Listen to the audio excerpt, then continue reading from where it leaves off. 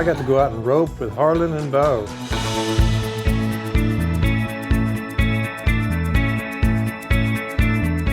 Harlon came along and ran the chute, and we got to talk a little bit more about the boots and just enjoy some cowboy time. You can't really rope in a pair of tennis shoes or boots that just don't support your feet. I think it was real fun to go out and wear my new boots. We talked about the different styles of boots. They even have boots that are called ropers, which Harlon makes a lot of. And I felt like they really do what they say, much less just walking around on a good pair of boots. This is what boots are made for. They all have their function, and when they're built right, they work.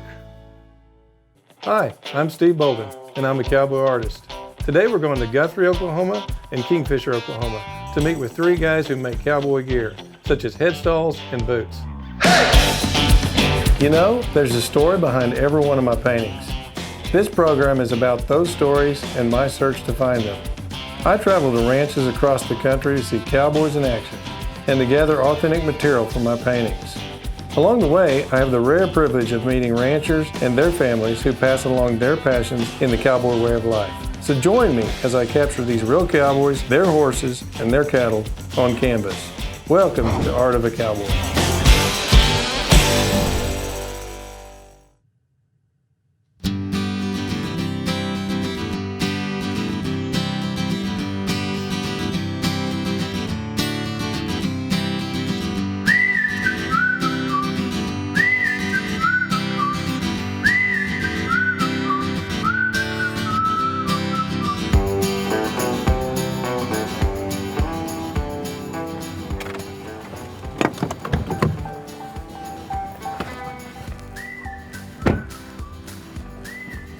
Hey, Harlon. Hey, good morning. Good morning. How are you today? Well, good. Good to see you. Well, thanks for having us out. Well, sure glad you came. Well, it's really neat. I've always been interested in what, the leather work you do, and you make boots, things like that. Make boots and braid rawhide. Yeah, come on in and see my shop. Okay, Yeah. I'd love to. Harlon Hackett lives in Kingfisher, Oklahoma. He's been a boot maker and a rawhide worker for several years. He actually learned to make boots from Dorwart in Guthrie. So he still makes boots, but he's well known for his rawhide braiding work.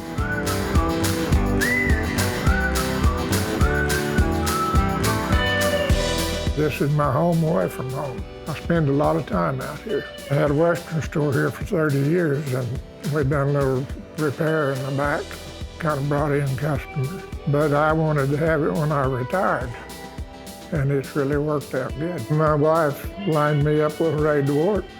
Oh, yeah, I know learned Ray. how to make boots, and we've had a great relationship ever since. Wow, that's neat. Spent that summer over there, and in August, the last of August, I had to have open heart surgery. Oh, wow. And I told Ray it was because of him that I had to have it. He give you too much trouble, Yeah. huh? Stressing you out? Yeah, always blame it on him. Well, I'm wearing a pair of Ray's boots right now. Yeah, they're great, aren't they? They are. They are. That was kind of a happy accident how I got these. But Is that right? yeah, Ray made these boots for himself, And they fit you. and they fit me. And for some reason, they didn't fit him quite right, and so they were just perfect. I walked right into them.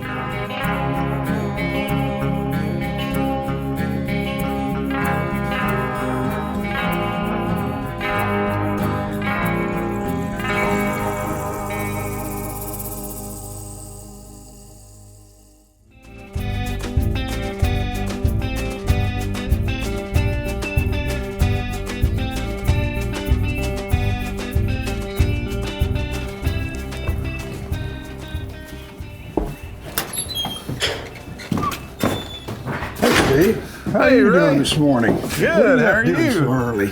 Well, just thought I'd come down and see you. See what you're up to. Well, we're working on some boots right now. Ray Dorwart is really well known for his boots. I think he's been making boots now for 40 years, probably a master at it. It's awesome to have a pair of his boots.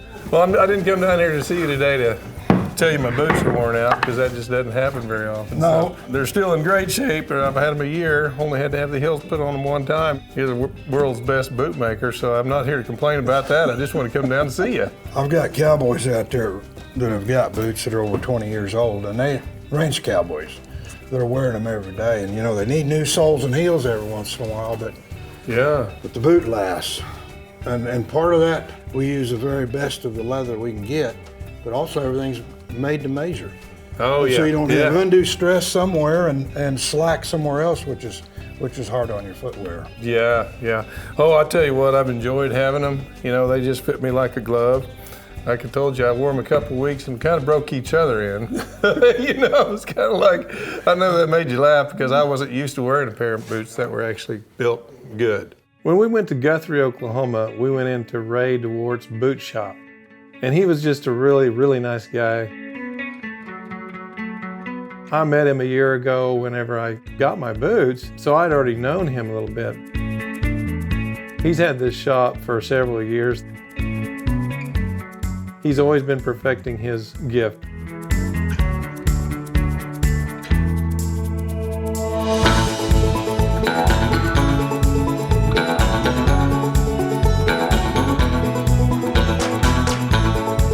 He has a young man that works with him. His name is Lockhart. Later, I got an opportunity to get a pair of his boots. Hey, Steve. How are you? What are you up to, man? I just thought I'd come in and see you, see what you're up to. Tom, Good to see you too, man. how's the boots? Oh, I love the boots. Well, what are you working on here? I mean, whose boots are these? These are Kathy Detloff's boots. I think I know who that is. Yeah, you've probably met her. Just a couple of times. Yeah, just getting the toes and heels wiped in. And Boy, those are pretty. Boza has been cowboying his whole life too.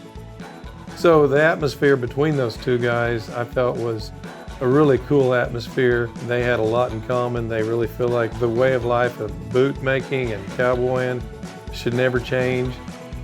They respect each other, they treat each other good, and it's one of those relationships that you don't get to see every day.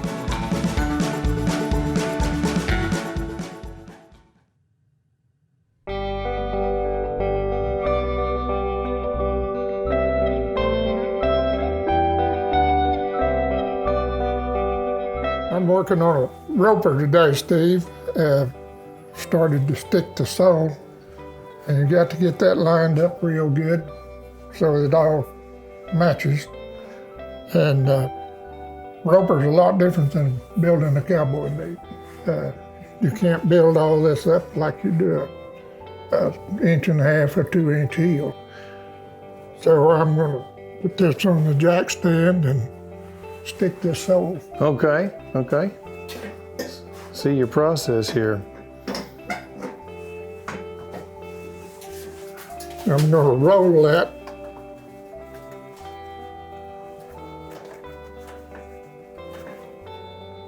Where I can bring it down real good and tight and straight.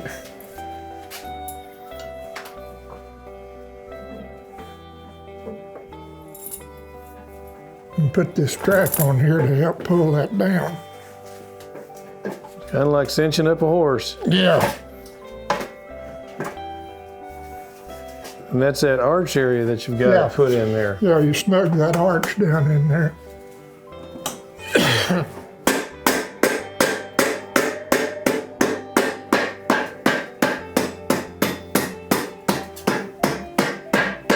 Normally I would leave this on here strapped down for a while, but today we'll just go ahead with this one. Okay. And pull it off of here.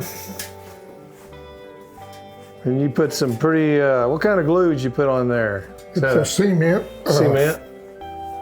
Made for fixing shoes and boots. Yeah, and it can sit there and dry and still be tacky for a long time before you hear that. You need to leave it at least 20 minutes. Oh, okay. And I put that cement on a while ago. So I'll go back here to this press. Okay.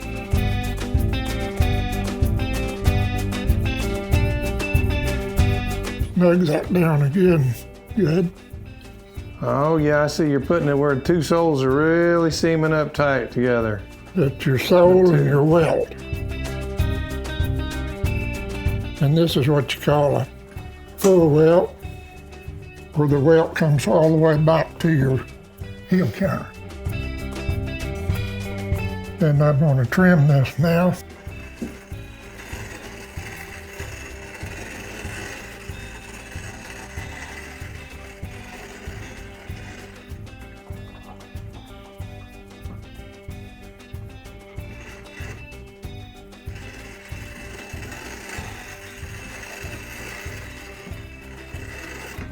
And that's just your rough cut.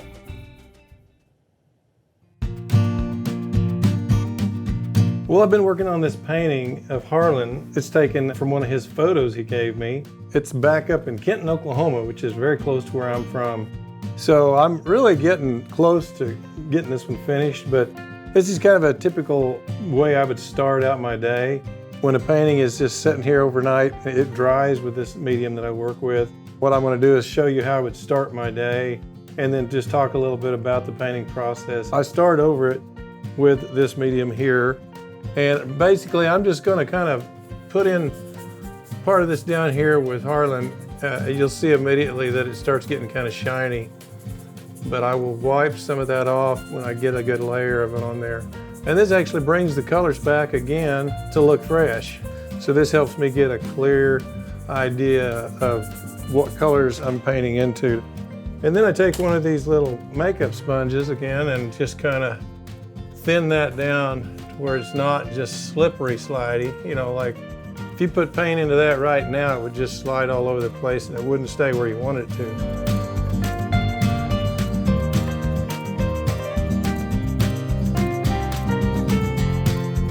When I start out mixing colors, I use this other fine detail medium. So I'll bring a little bit of brown out in there, a little bit of black. I don't want it to just be reddish, you know, too red, but this is kind of how I kind of guess at colors again, get them kind of close, but the sunlight is coming from straight up in here on this painting. So it's like a noonday almost. It's probably maybe 1 o'clock, you know. Well, it's better to paint paintings that have long shadows, but this is just what he had, and I thought this was the best picture to work from of Harlon. So I'm going to start glazing in a little more brown into that horse's shoulder and hips. This is kind of how I work it in. You see, you can see the colors underneath it still. You can see the black, but it doesn't read as just flat black paint now. The horse is actually starting to get a little color from the sunlight. It gives it a little bit of roundness because, you know, it's hard to just have a black subject without just saying, well, I'll just put a bunch of black paint on there and then it's just flat. This is what brings them more to life, is having those edges soften down. And sometimes that means you put a color that is somewhere between the dark and the background. So in this case, it's kind of a brownish color, and I can just soften those edges down.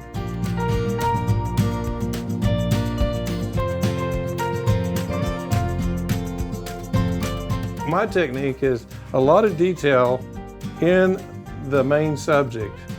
And then outside of that, I go with less and less detail, because if you don't, it draws your eye away from where you want the viewer to look. They don't see that this back here is not really that detailed. You know, it's an effect. This is at a Brandon he was at, I think he said probably 10 or 15 years ago. My focus was to focus on Harlon, capturing his image, capturing his horse, and capturing an emotion and a feeling and just in a moment in a cowboy's life and in his work. This is a personal painting of Harlon. I just want to capture these guys' lives. That's my art here, and that's why I do this angle where other guys make boots and everything else. So it's all art as far as I'm concerned.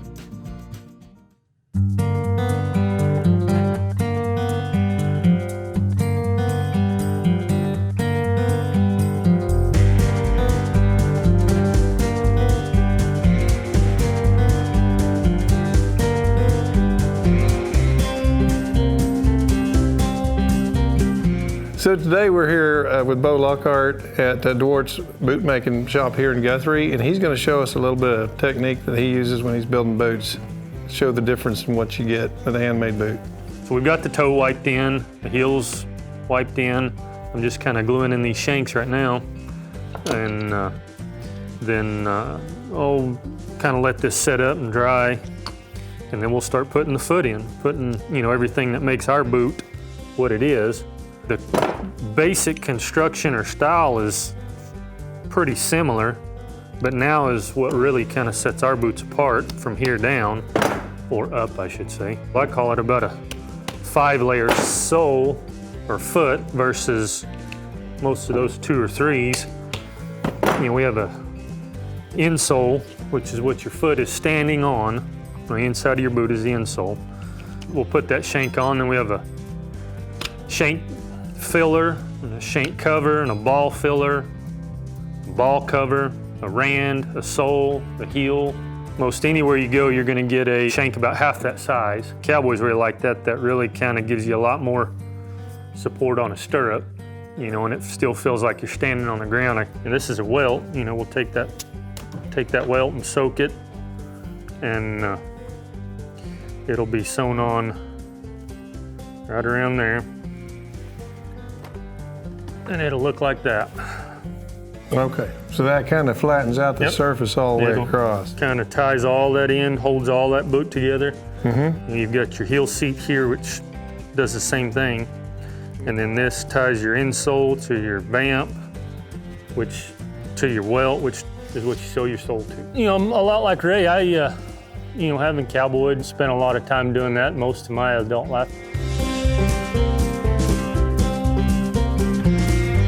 You know, an appreciation for quality gear. See a lot of nylon and plastic stuff sold in all the tack stores around, but when you go to making a living with it and you depend on it for your life, in a lot of cases, you want quality gear. When you walk in this shop, you don't have to know nothing about a boot, but you know it's a quality boot shop.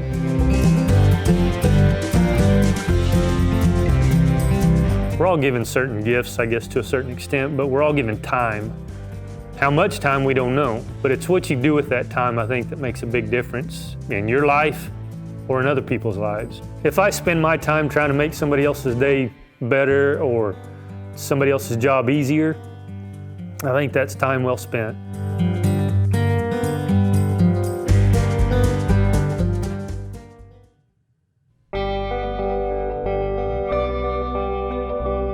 I knew what a good boot was and what an average boot was. And when you got your foot stuck in a stirrup and you're long trotting somewhere for 10, 12 hours, 14 hours, 15 hours, whatever it might be, every day, the comfort between the one and the other was amazing. But it was important to me to be able to build a boot that was usable. Not only something nice to look at, but something that was functional for the job. Ray got to talk to us and tell us about his son as well. I've wanted kids for a long time, and I was 50-some years old when we had Daniel, and he's a good man, good young man. I looked at him a couple of days ago. He was standing there, and I was just looking at him, I thought, man, he's a man. I still remember him as a kid, baby. Wow.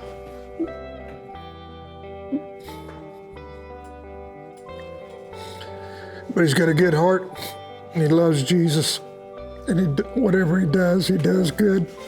And so, anyway, I'm very proud of him, and he can go do whatever he wants to for his life. He doesn't have to build boots, doesn't have to cowboy, you know, whatever he wants, he'll do well at it. I'm proud of him. Both of them really are trying to be a positive influence on the community there in Guthrie. That's the cowboy way as well, teaching respect to young men, raising them up in the cowboy way. Whether they become boot makers or not, they are learning a basis from Ray and Bo.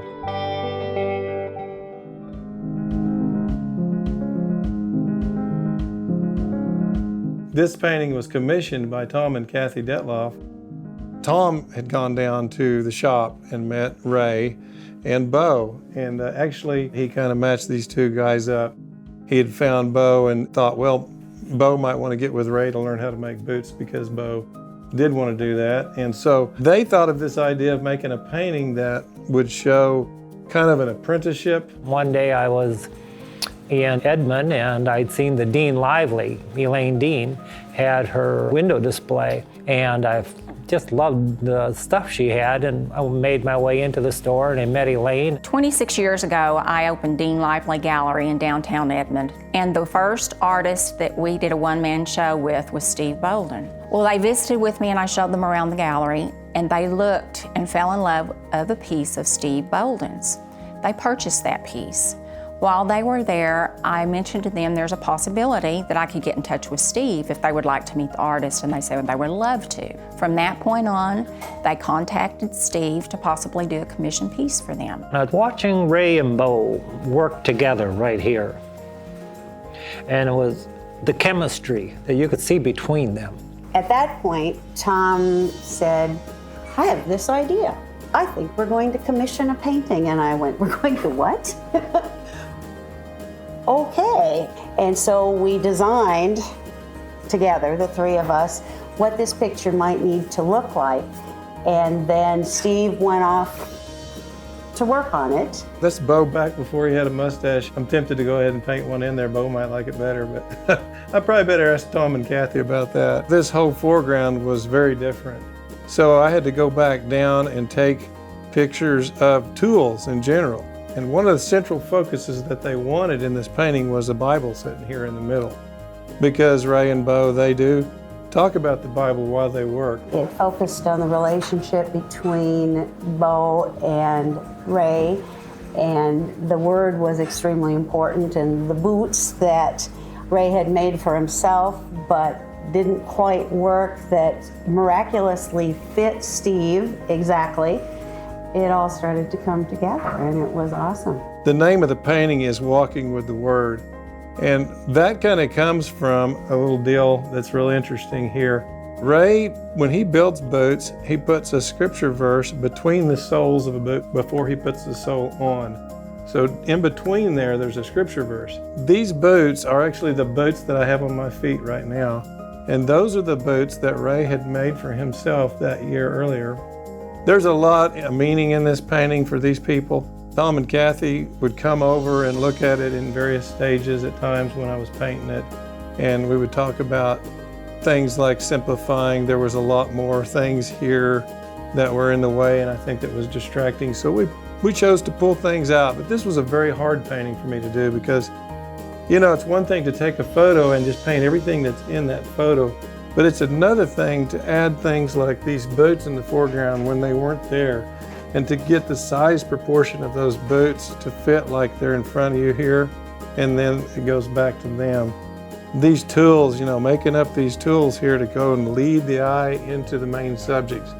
And Kathy even explained it kind of like this is a heart shape between them coming down here to the Bible. I'm really happy that they're happy with it. I think they're pretty proud of it. I think they'll talk about it a lot. And there's a great story behind this painting.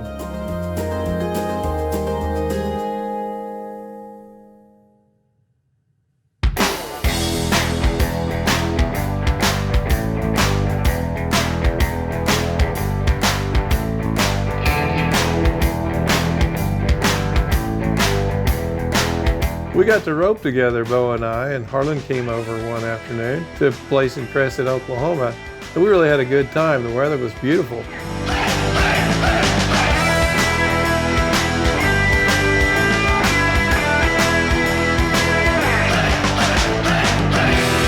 It's springtime and everybody, horses and cattle are all pretty fresh. We hadn't roped a whole lot, but this is how you get started again. So just go make a nice, smooth, slow runs.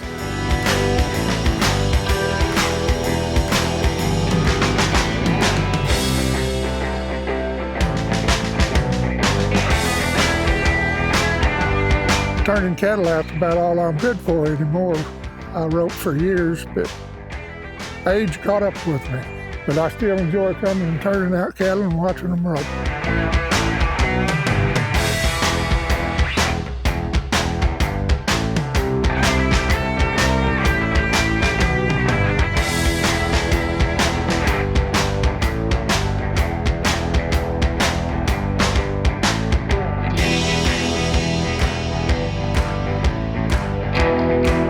We had some fast steers, and I'll tell you what, we had a little bit of trouble catching them for a while, but we finally laced up a couple of them.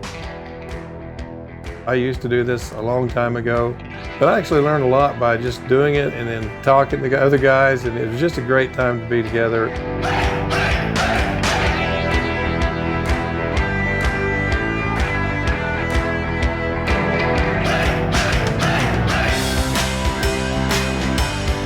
This gave us a chance to spend some time and relax together and have a good day. Bo built these boots for me, and that's what we kind of like to show them off. He, he put my initials in the front of them and built them high top for me because sometimes I like to shotgun them in or whatever. But I'm real proud of these. These are pigskin down here and horsehide up here in that right one.